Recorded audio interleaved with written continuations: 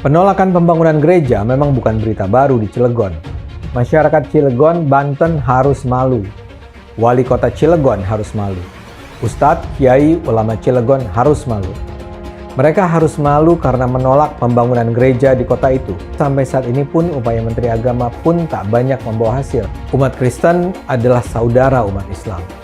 Umat Kristen memiliki hak untuk membangun rumah ibadat. Nah, seperti di Cilegon ini lucu. Dia bilang katanya ini adalah kota ulama. Prut! Kenapa kok alergi, gatal, kemeriang melihat adanya gereja? Lucu saya. Kalau orang lihat salib lalu gemetar, memang kita setan apa? Pernah nggak kita bangun masjid, kemudian kita minta izin ke lingkungan sekitar kita? Nih, saya bisa yakinkan. Kenapa? Arogansi kita. Karena mentang-mentang mayoritas seenak udele. Di Bali saja gereja boleh kok. Bali itu mayoritasnya Hindu di sana. Gereja ada, masjid ada. Jujur saya muak. Intoleransi mulai berkembang, masyarakat sudah mulai terpapar, pemerintah daerah diam saja, aparat keamanan juga sama saja. Hampir 10% warga Cilegon beragama Kristen. Nggak sedikit pun ada kewibawaan dari wali kota dan wakilnya dalam menolak tekanan ormas-ormas itu. Karena kalau masalah Cilegon ini meluas, maka di daerah-daerah di mana yang Muslim menjadi minoritas, bisa saja dikeluarkan larangan mendirikan masjid sebagai balasan, dan ini tentu akan menimbulkan perselisihan yang apinya bisa membesar. Karaoke dan lain-lain. Mereka bisa berdiri dan mendapatkan izin dengan mudah. Masa iya? Orang minta izin mau membuat rumah ibadah lebih sulit dari izin membuat karaoke misalnya. Ketika salah satu alasan gereja nggak diizinkan berdiri di kota Cilegon oleh wali kotanya sendiri bersama anggota dewan dari PKS lainnya, juga beberapa pengasong khilafah seperti HTI. Di mana-mana kalau kadrun berkolaborasi dengan PKS, hasilnya ya sudah bisa ditebak. Intoleransi bakal menguat dimanapun. Ada 382 masjid kota Cilegon itu, tapi tidak ada satupun gereja, pura maupun vihara. Ini negara kemana, bos? Tidak ada lagi penolakan pendirian rumah ibadah sebagaimana gereja HKBP di Cilegon. Saya laporan nih Pak Evorus dan Pak Sekjen dan seluruh jajaran, di Cilegon, kota Cilegon itu masih ada gereja HKBP yang ditolak pendiriannya oleh wali kota. Kami di Kementerian Agama sudah berkali-kali menyampaikan dan mendatangi Pak Wali Kota supaya izin ini dikeluarkan. Staf kami Pak sudah 2 kali ketemu dengan Pak Wali Kota, dan rencananya minggu depan saya akan datang sendiri kalau belum beres soal izin pendirian ini. Karena di bawah sudah beres semua, izin dari masyarakat, dari kepala desa sudah beres, justru tertahan di atas. Ini tentu bukan hal yang baik, bukan hal yang sehat. Tadi saya sampaikan itu. Ini sepertinya orang sudah mulai tidak dekat dengan Tuhan. Cilegon adalah salah satu wajah paling kelam mengenai toleransi beragama. Di Cilegon mungkin membangun tempat karaoke lebih mudah ketimbang membangun gereja. Menjalankan tempat maksiat barangkali lebih mudah. Kenapa? Karena di Cilegon memang tidak ada satu gereja pun yang diizinkan berdiri. Kenapa wali kota Cilegon malah kok jadi pengecut kayak gitu? Menandatangani petisi untuk menolak pembangunan gereja. Bukan cuma wali kota, wakil wali kotanya juga ikut-ikutan. Majelis Ulama Indonesia aktif menolak pendirian gereja di Cilegon. Tidak ada alasan untuk mendengarkan teriakan gerombolan-gerombolan yang seperti Dracula takut sama salib. Lagi viral gereja ditolak ormas ala-ala gurun di kota Cilegon. Menolak dan melarang pembangunan gereja. Gereja ditolak, ibadah Kristen ditolak. Anehnya di mana? Sudah biasa, sudah jadi jadwal rutin tiap tahun di negeri ini. Ini Maret 2022 kebaktian dilarang di kota Bandung. Ini Desember 2021 ibadah Natal dibubarin di Lampung. Matiin dulu. Ini September 2020 umat Kristen ibadah dipasangin lagu keras-keras sama warga. Nih, speaker nih. Saya bisa tunjukin jejak digital umat minoritas dilarang ibadah itu sudah tradisi setiap tahun. Bukan masalah ibadah itu kagak boleh. Jadi yang bilang tidak ada masalah dengan toleransi di negeri ini, itu pasti otaknya yang bermasalah. Gilanya lagi, masih ada yang kampanye melawan Islamofobia dan percaya di Indonesia ada Islamofobia. Biadab sekali mereka memutarbalikan fakta, padahal yang jelas-jelas ada di Indonesia itu Kristenofobia. Fakta. Orang bilang tuh di Indonesia ada Islamofobia, nggak ada. Kalau negara nggak ada. Minta jadi menteri kasih. Di mana fobinya? Bahwa ada yang ditangkap. Ya memang begitu kelakuannya. Wah itu ada ustadz dikriminalisasi. Kamu nggak tahu ya, saya bilang. Ustadznya berapa? Disebut 1, 2, 3. Ada lagi? Nggak. Kamu tahu nggak? Jumlah ustadz dan ulama di Indonesia ratusan ribu, hanya 2-3 kiai kamu ribut. Padahal dia terbukti melakukan kriminal. Nggak usah pakai dalil-dalil, kalau nggak hafal malah salah. Itu kan banyak tuh di TV itu, dalil-dalil salah. Akhirnya orang yang semula percaya jadi nggak percaya, orangnya nggak ngerti pada apa yang dibaca. Wah ini berdebat harus khalifah dan nggak ngerti artinya khalifah, nggak ngerti artinya khilafah. Mau berdebat. Wah pedang dari Allahu Akbar, orang dikejar sampai ketakutan. Orang dihajar, dipeloroti celananya sampai nangis, sampai pingsan, sambil teriak Allahu Akbar. Aneh mau laporkan Nandar Yonatan. Pernah tahu nama itu? Cari tahu di YouTube. Itu tukang provokasi agama itu. Nandar Yonatan. Ya kan? Provokator agama tuh, penista agama tuh sesungguhnya. Juga ngajak-ngajak orang diskusi agama, berdebat, terus saling menghina, saling merusak satu agama, dihina, agama lain dihina gitu. Semua siapapun juga yang menghina agama, saya laporkan polisi, ya kan? Jadi kalau ada orang agamanya Kristen menghina agama Islam, saya laporkan polisi. Kemudian kalau ada agamanya Islam menghina agamanya Kristen di YouTube, saya laporkan polisi. Jadi nggak ada lagi perdebatan agama tentang agama di YouTube yang sifatnya saling menjatuhkan. Oke? Nandar Yonatan, ya kan? Jadi dicatat tuh. Abdul Somad pernah mengatakan bahwa ada jin kafir di dalam salib dan melucu di hadapan jamaahnya seolah-olah ia lupa ke sebelah mana kepala patung salib itu terkulai. Mereka menista agama dan mazhab lain. Intinya mereka mengajarkan kebencian dan permusuhan kepada agama atau mazhab yang mereka anggap berseberangan dengan mereka, baik dengan cara mengolok-olok simbol maupun dengan mengatakan hal-hal yang buruk terhadap agama atau mazhab lain itu.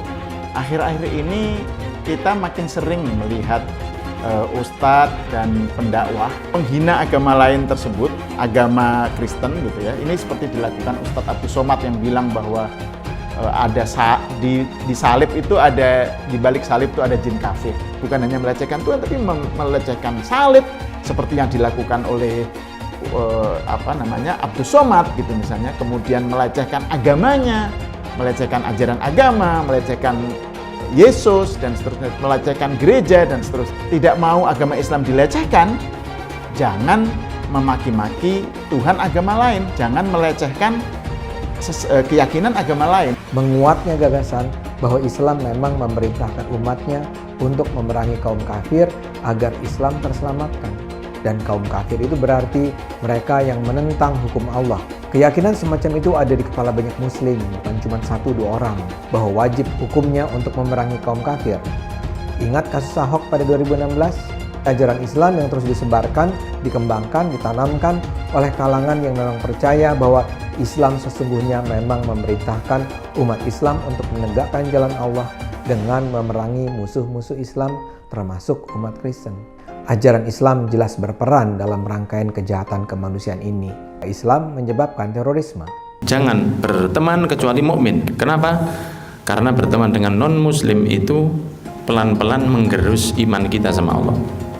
Kalau bisnis tidak apa-apa. Jadi kalau jalan-jalan sama orang yang tidak jelas itu, kafir misalnya dia non-muslim, itu tidak baik. Jadi kalau ngejak orang makan itu orang yang apa? Yang bertakwa kepada Allah. Karena kalau dia tidak bertakwa kepada Allah, nanti kekuatan dari gizi makanan yang masuk ke badan si orang tadi itu akan membuat dia terbantu untuk maksiat. Kita lupa bahwa dia ada jelek yang sangat besar, dia tidak mau dengan Tuhan kita. Itu jelek itu, walaupun dia ganteng atau bersih ini kayak apa. Kenapa? Karena mengurangi iman kita. Makanya Rasulullah mengatakan, la tusahib, ojo jangan berteman dengan orang kafir. Inilah akhlak di hadapan Allah Subhanahu wa taala. Lagi viral video ceramah Habib Muhammad bin Anis Syahab karena berteman dengan non-muslim itu pelan-pelan menggerus iman kita kepada Allah.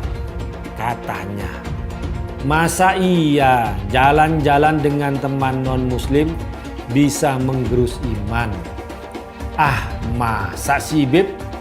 Segitu lemahnya iman sampai bisa tergerus hanya karena berteman dengan non-muslim? Makanya saya tanya, ini iman, keyakinan, apa pagar pembatas di Stadion JIS yang mudah roboh itu? Bib bin Anis coba, mobilnya apa? Mitsubishi Pajero Sport. Itu bikinan mana? Jepang. Yang bikin agamanya apa? Bukan Islam kan? Apa masa waktu Bib bin Anis naik mobil itu punya pikiran, wah mobil ini dibikin oleh orang non-Islam, mereka baik dan canggih sekali, ini orang-orang Islam kok nggak ada yang bikin mobil, duh keimanan Islam saya tergerus nih. Mosok gitu cara mikirnya. Terus waktu pakai HP itu merasa imannya tergerus karena yang bikin bukan orang-orang Islam. Ini benar-benar lucu dan konyol menurut saya. Kafir, tak bersunat, tak mandi wajib, berzina kerjanya. Jangan suka kepada orang kafir. Sobat itu tidak Pancasilais. Kenapa? Dalam Pancasila ini mengaku ada lebih dari satu agama. Begitu dia menghina salib, berarti Anda tidak Pancasilais. Mengatakan salib itu tempat jin. Kok bisa Anda mengatakan salib itu tempat jin? Itu kan alat sesembahan mereka, simbol kesembahan mereka. Apa di sini Anda cuma hanya ingin mengadu domba aja, Pak Somad? Harusnya Anda itu diproses di polisian, Pak Somad. Ini Anda sudah jelas-jelas sekali nih Anda menghina simbol ketuhanan umat Kristen. Coba kalau seandainya dikembalikan, masjid itu tempat jin-jin, pasti umat Islam marah.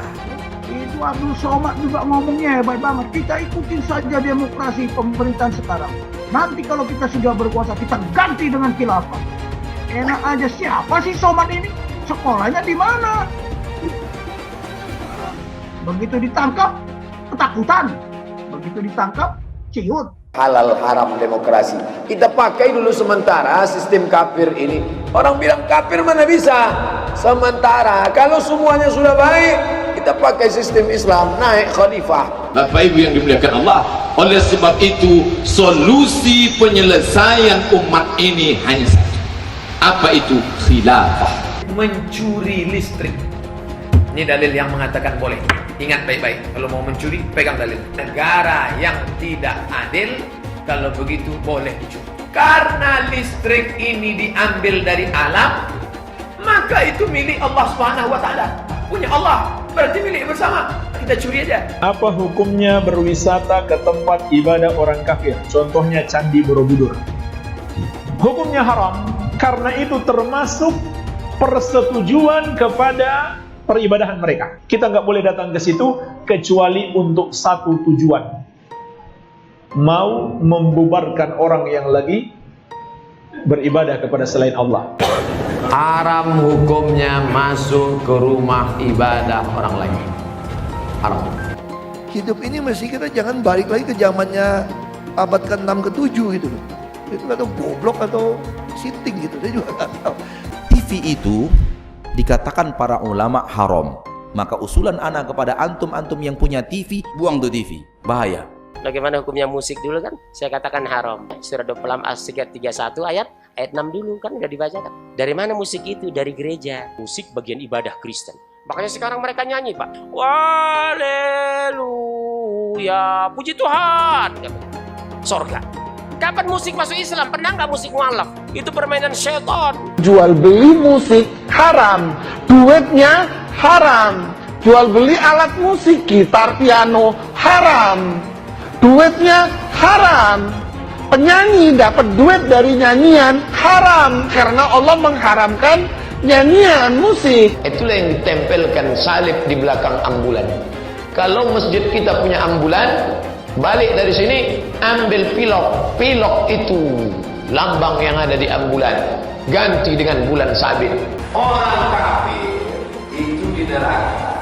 Yang dimaksud patung Yesus Kristus, patung Brahma bin Hindu Siwa, patung semua patung itu jadi bahan bakar api neraka. Nanti membakar orang yang menggambarnya. Apakah ini adalah Tuhan, Bapak sekalian? Tidak, ini bukan Tuhan. Kalau dia punya tangan kayak manusia, tangannya 4. Kalau gitu kalau ada barangnya 8 gimana? Tambah lagi tangannya. Apakah ini adalah Tuhan, Bapak sekalian? Kalau ada yang bilang ini adalah Tuhan, tanya Tuhannya yang mana? Yang kiri atau yang kanan? Dia ketawa terus dan dia sejahtera karena itu dia makan terus seluruhnya. Agama Kristen Tuhannya sudah mati di kayu salib. Ka'bah itu apa? Ka'bah patung, tembok. Muslim ini ampun-ampunan lah. Coba ditantang dia. Si Somad itu. Kenapa nggak dia yang jihad? Si Habib Rizik, kenapa dia yang nggak jihad? Ya yang walau di jihad lah dia. Mau dia jihad. Mau ditangkap aja udah nangis-nangis. Jangan katakan bom bunuh diri. Ini banyak wartawan-wartawan yang tidak islami memakai istilah-istilah kafir tanpa dia sadari. Gerakan bunuh diri, padahal gerakan mati syahid. Zaman sahabat Nabi pakai pedang, zaman sekarang tak pakai pedang. Letupkan, ledakkan, mati syahid. Ada pun orang yang mengejek ini mati konyol. Orang mati syahid dia katakan mati konyol. Saya pernah ditanya, apa pendapat Pak Ustadz tentang ISIS? Bagus, saya bilang. Siapa yang tidak ikut kepada ISIS, kafir, halal darahnya. Ceramahnya Ustadz Abdul Somad. Ya, ceramah yang membenarkan bom bunuh diri. Bom bunuh diri itu memang benar dalam Islam dan ini mengamalkan surat Al-Anfal ayat yang ke-60. Orang Islam yang baik itu yang menjadi teroris. Buka Al-Anfal ayat 60. Kesibukan para lelaki yang masuk surga di surga adalah memecah perawan istri-istrinya. Perawan terus. Mereka menyatakan bahwasanya kesibukan penduduk surga itu memecahkan keperawanan para bidadari. Ternyata ini kesibukan mereka. Bagaimana mereka tidak sibuk? Sementara bidadari yang Allah siapkan bagi mereka sangat luar biasa, indah, cantik dan moleknya. Salah satu nikmat yang ada dalam surga adalah pesta seks. Minta maaf, karena inilah yang kita tahan-tahan di dunia. Saya bukan mengatakan Bible Kristen fiksi. Bible Kristen itu palsu. Biar jenderal 100 bintang, kalau kafir kau ke neraka, tidak ada urusan. Pancasila Soekarno, ketuhanan ada di pantat. Anak Tuhan dari mana? Kalau Yesus anak Tuhan, bidangnya siapa? Besok di seluruh wilayah Indonesia kami katakan dalam. Karena di salib itu ada jin kafir. Karena di salib itu ada jin kafir. Karena di salib itu ada jin kafir. Haleluya. Kepalanya ke kiri apa ke kanan? Kepalanya ke kiri apa ke kanan?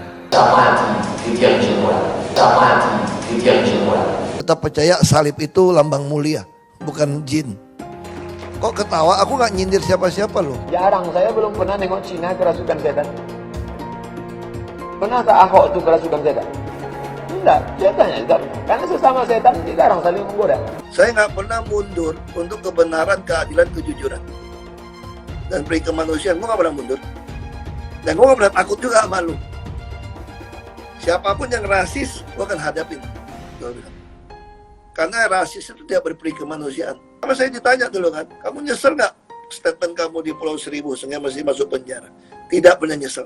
Karena saya mengatakan kebenaran. Hai semua, dengan saya Jonas Leong. Terima kasih banyak buat kalian, penonton setia yang selalu menonton di channel ini. Saya secara personal sangat menghargai waktu kalian. Dan saya sudah menganggap kalian sebagai family karena kalian selalu support di channel ini. Bagi kalian yang selalu menuliskan opini kalian di kolom komen, saya baca komen kalian satu persatu. Saya baca komen kalian untuk mengetahui opini kalian, tanggapan kalian, dan masukan kalian sangat berguna untuk video selanjutnya. Terima kasih banyak buat kalian yang selalu menekan tombol like di awal video. Video seperti ini membutuhkan waktu dan juga research. Dan ini semua gratis untuk kalian. Jadi pastikan kalian menekan tombol like-nya supaya saya mengetahui kalian menyukai konten yang saya bagikan. Masyarakat Cilegon, Banten harus malu. Wali Kota Cilegon harus malu. Ustadz, Kiai, Ulama Cilegon harus malu. Mereka harus malu karena menolak pembangunan gereja di kota itu. Mereka datang untuk menolak rencana pendirian gereja HKBP Maranatha di kota Cilegon.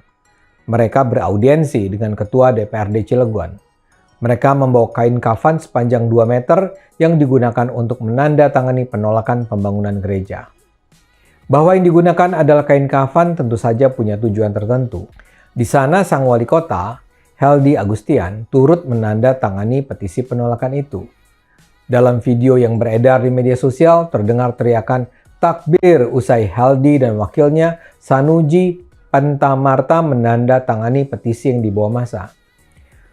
Turut dalam rombongan itu sejumlah kiai, ustadz dan ustazah hingga warga biasa.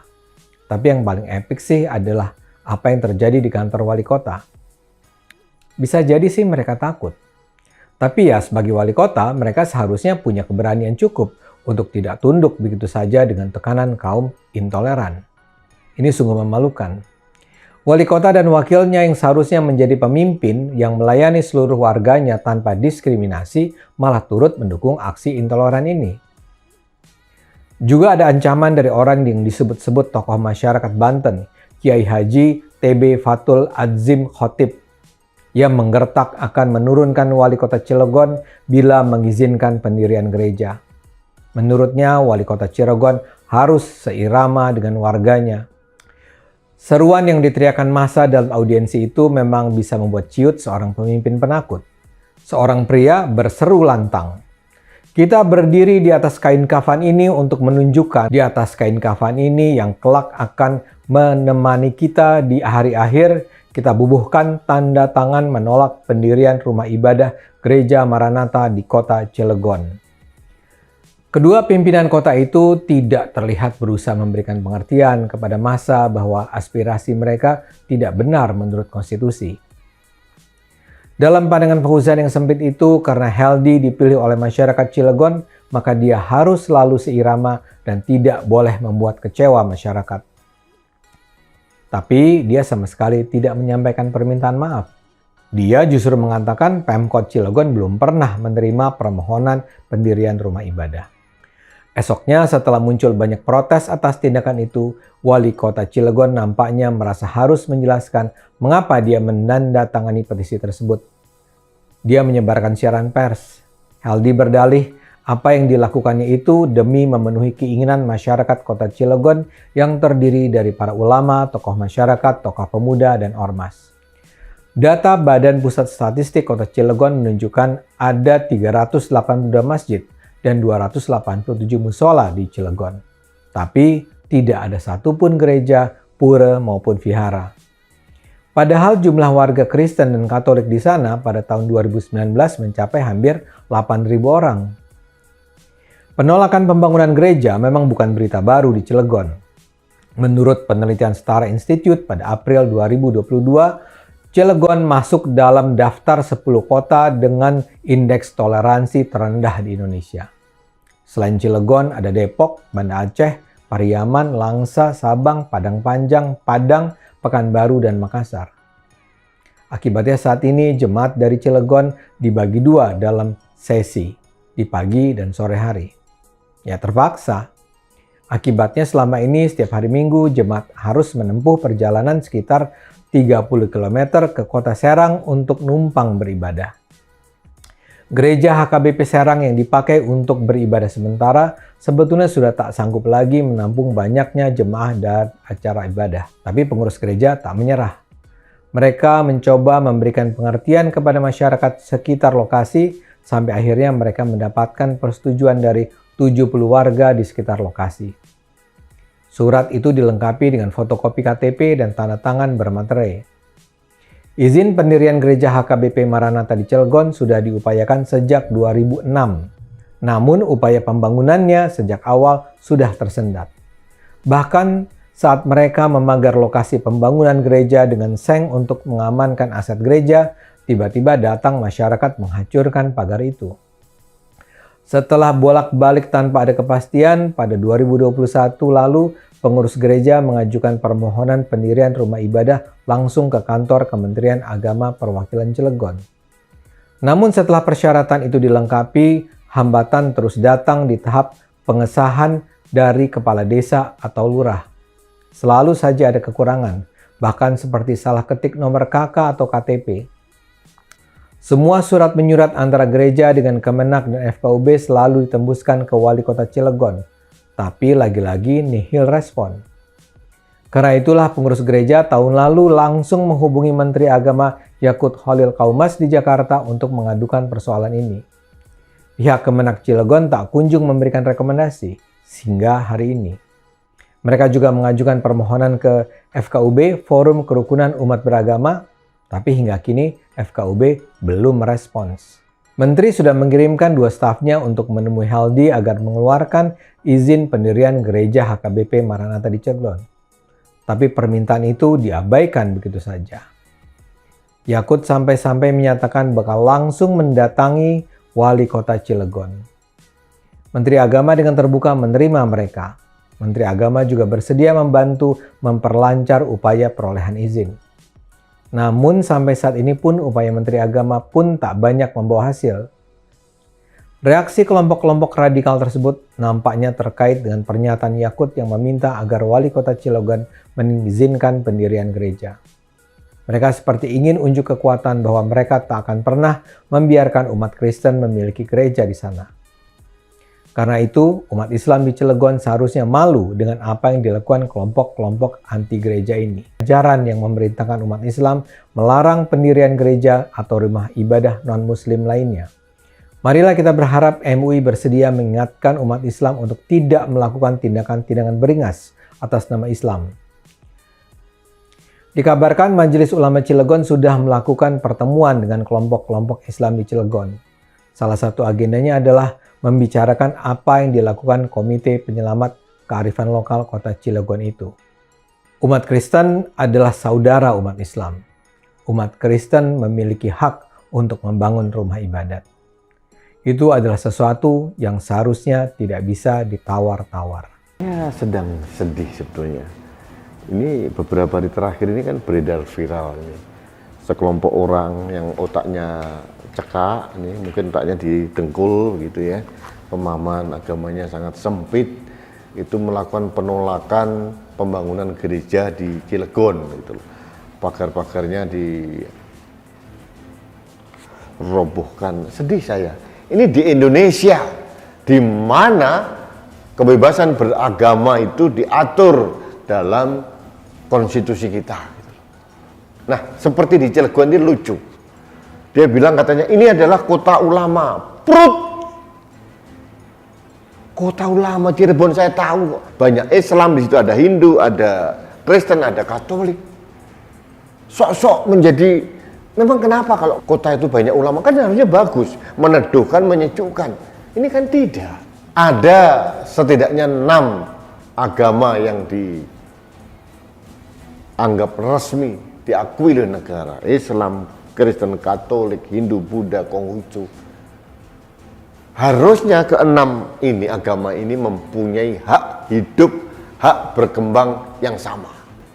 Artinya apa? Ini mereka ini sedang disesatkan oleh pemikiran-pemikiran yang sangat sempit, bahwa seolah-olah keberadaan rumah ibadah agama lain itu ancaman serius buat kita. Ini kan salah gitu. Kalau orang lihat salib lalu gemetar, memang kita setan apa? Kenapa kok alergi, gatal, kemeriang melihat adanya gereja? Lucu saya. Sama dengan saya juga pengen masjid itu tumbuh juga. Indah sekali keberagaman kita. Jadi kalau kita ke Taman Mini itu ada masjid di sini, ada gereja di sini, ada pura. Itu kan indah, harmoni. Di Jakarta saja masjid yang terbesar di Indonesia, Istiqlal, berdampingan dengan rukun, dengan gereja katedral. Mereka tumbuh. Gereja itu boleh tumbuh. Pura, wihara, biang keladi dari persekusi-persekusi yang sangat intoleran dari kelompok mayoritas kepada beberapa teman minoritas yang ingin mendirikan rumah ibadah. Itu adalah biangnya, itu adalah peraturan bersama Menteri Dalam Negeri dan Menteri Agama tahun 2006. Ini biangnya. Saya dulu Ingat janji dari Menteri Agama nih, Gus Yakut ini akan mencabut atau membatalkan atau setidaknya nggak usahlah direvisi, batalkan saja peraturan bersama dua menteri ini karena lebih banyak mudaratnya daripada manfaatnya. Yang terjadi sekarang ini dipakai sebagai alat untuk menekan orang minoritas. Untuk mendirikan rumah ibadah harus setidaknya mendapatkan persetujuan 60 orang. Kalau orang minoritas kan susah. Tolonglah, umat Islam itu harus menjadi pribadi yang penuh empati gitu. Merasakan apa yang dirasakan oleh orang lain. Itu baru beragama yang keren. Kalau masjid gampang. Pertanyaan saya satu aja. Pernah nggak kita bangun masjid kemudian kita minta izin ke lingkungan sekitar kita? Nih, saya bisa yakinkan. Kenapa? Arogansi kita. Karena mentang-mentang mayoritas saya udele. Islam yang keren. Jujur saya muak. Intoleransi mulai berkembang, masyarakat sudah mulai terpapar, pemerintah daerah diam saja, aparat keamanan juga sama saja, tidak mau bergerak, tidak mau apa-apa. Pemerintah pusat juga asik dengan pembangunan fisik semata. Jadi saya sedih. Opini ini saya tujukan untuk Mas Menteri Yakut ya. Tolong Mas, tunaikan janji yang pernah Mas sampaikan ke kami rakyat Indonesia akan mencabut peraturan bersama dua menteri ini. Karena ini adalah pokok biang keladi permasalahan persekusi, intoleransi berkembang kemana-mana tanpa dikendali. Dan paling-paling yang menyuarakan kami ini, loh kami ini sopo gitu. Kami ini kan hanya rakyat jelata, penyuara dari rakyat, tidak dibayar negara, tidak diberikan uang negara. Kegelisahan saya terhadap intoleransi yang tidak kunjung selesai di negeri ini, mudah-mudahan ini tidak terjadi lagi di daerah lain. Meskipun saya pesimis, tapi minimal Mas Menteri Yakut harus bertindak. Tunjukkan konsistensi Anda untuk mencabut peraturan bersama dua menteri yang menjadi biang keladi persekusi yang menurut saya menghabiskan energi kita. Di Bali saja di gereja boleh kok. Bali itu mayoritasnya Hindu di sana. Gereja ada, masjid ada. Masa kita kalah sama Bali? Hai teman-teman, kalian tahu tidak? Saat ini kita dengan gampangnya bisa memiliki saham global seperti perusahaan Google, Apple, Facebook, dan lainnya. Kalian tinggal klik link di kolom deskripsi lalu lakukan registrasi. Dan Anda semua berkesempatan untuk langsung mendapatkan welcome bonus. Kalian akan diberikan satu saham gratis secara acak sebagai welcome bonus. Seperti saham Tesla, Apple, Facebook, atau saham dunia lainnya. Menarik bukan? Cukup satu klik, kamu bisa investasi dengan mudah tanpa ribet. Tanpa dikenakan fee atau komisi. Cocok untuk investor pemula. Canggih dan gampang kan? Yuk daftar hari ini sebelum promo welcome bonus ditutup. Kenapa investasi di saham global?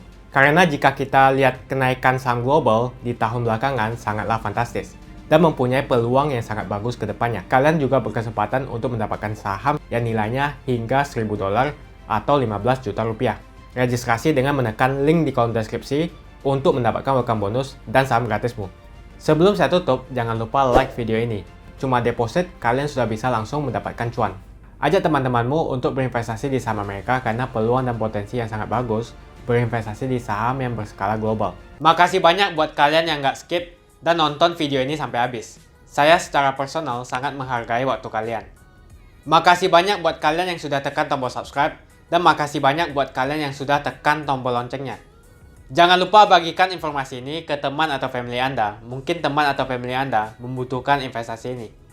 Oke guys, sekian dulu dari saya. Jangan lupa follow Instagram saya di @johannesleongofficial untuk kata-kata motivasi setiap harinya. Bagi kalian yang termotivasi nonton video ini, ayo like video ini dan subscribe di channel ini. Dan buat kalian yang sudah subscribe di channel ini, jangan lupa tekan tombol loncengnya supaya kalian mendapatkan notifikasi setiap kali saya upload video.